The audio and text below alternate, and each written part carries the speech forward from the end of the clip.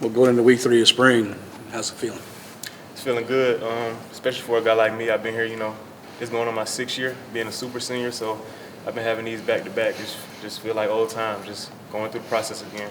Does it feel any different this year? Yeah, it does.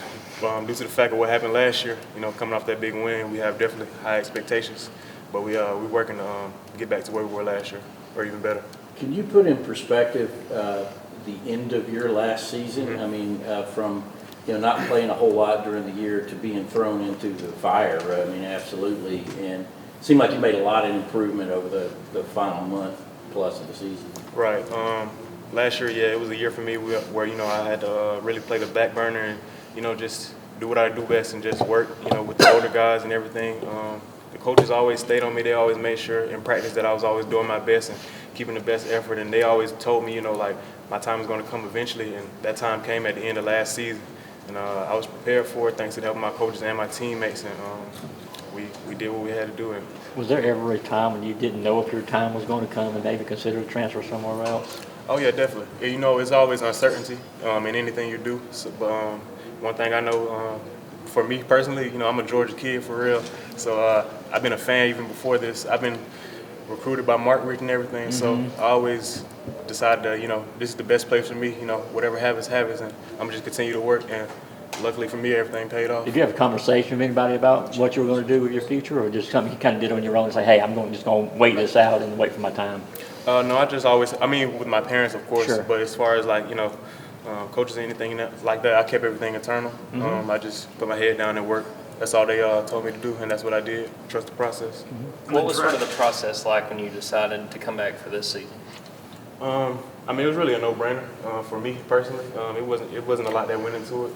I just knew I had ended off the season well, and I wanted to, this is my last year, so I wanted to continue to do that this year and actually be that role that I always imagined coming here at Georgia. On the drive before Kelee's pick-6, you had a pretty big pass breakup on 3rd down there. Can you sort of walk me through what was going through your mind on that play and what happened there? Yeah, we was in a blitz coverage of ours, so I had to maintain inside leverage. I got motion to the front side from the boundary. I had to follow him over. We got into a bunch, and as the bunch sorted out, I just kept my inside leverage and made a big play at a big time in the game. And I felt like that was a big moment for me. As you can see during that play, I kind of got up screaming. I had to let everything out. So that was something that I was waiting for a long time. Yeah, I guess given your journey to that point, how satisfying is that to know that in a moment like that and that sort of game, you're making a play that big? Super big. Nobody could, besides myself, my parents, they were super proud of me. Just to see the joy that they had from after that game and everything they knew that I'd been through, it made it 10 times better. Blake, what was your perspective on the Ringo pick-6? What was going through your mind on that play? What was going through my mind on that play was, they throwing the ball towards me. And that's what it looked like it was coming, but it was kind of an overthrown ball. And once I seen Kelee catch the ball, all I could think was, we did it. That's all I thought. And the way he sealed it out with the touchdown run and everything, that made it great. On the pass breakup that you were just talking about, I watched it again today. It looks like, you've got inside leverage, like you were saying the whole time. Was a little bit of that luck, or was was Slade Gordon doing something that kind of indicated to you that's what the route was going to be? Yeah, going off in practice, we work on identifying tendencies and everything. So once I seen him go up to the field, I know I had my safety, Chris Smith, on the outside. So I knew that I could kind of cheat towards the inside more, and he kind of just came my way, and I just made a play on the ball. To that end, what's your perspective on what was going through your mind and how you were able to perform against Alabama the first time as opposed to the last time? How much different of a player are you in just that, the time that passed between those two games? Right. So going into the first game, the SEC Championship, I really had no idea that I'd be the starter. Going into that week, I had got a lot of reps and everything, but my coaches always tell me just be ready when your time called. And the night before the game is when they let me know that I was going to be the starter and everything. So I just trusted my training for the best I could. I went out there and did what I could do the best way I could possibly do. Unfortunately, we did lose that game. But after that, the whole team was kind of hungry, and I was hungry for myself because I didn't have the best game, I thought. And, I knew what I was capable of doing. So going into the next following weeks, I just kind of locked in, and just trusted my training. And the next game, everything just turned out well. Were you worried at all that you had kind of blown your shot? And was there a moment when the coaches said, no, you're going back in there for the Orange Bowl? Not at all. After that game, I wasn't really down on my confidence at all, pretty much. I seen a lot of things that were, being said, but, one thing about it, my coaches, they had my back. And right after that game, they kind of let me know, like, the things that I messed up and the things that I can get corrected. So we went back to the drawing board and got those things corrected. And going into the next following weeks, we just went out there with a different game plan. We had success. So they didn't say anything, it wasn't like some big meeting, it was just, keep going? Yeah, yes, sir, basically. Did you have to kind of buckle down off the field early in the year to kind of get back into good graces, and get in position to help the team again? Definitely. Yeah, I did have to do that, but that just comes with, this is what they want us to do. Since being here, they say one thing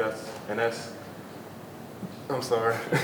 They say one thing, and that's how you do something. How you do everything is how you do something is how you do everything. So whether you do good off the field and on the field, that kind of correlates. So I had to get myself together off the field in order to get myself together on the field. What have you seen out of Carson Beck and how he's grown, especially this spring?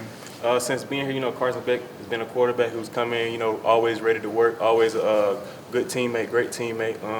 I've seen great improvement from, and I'm looking forward to what he can do for us this fall.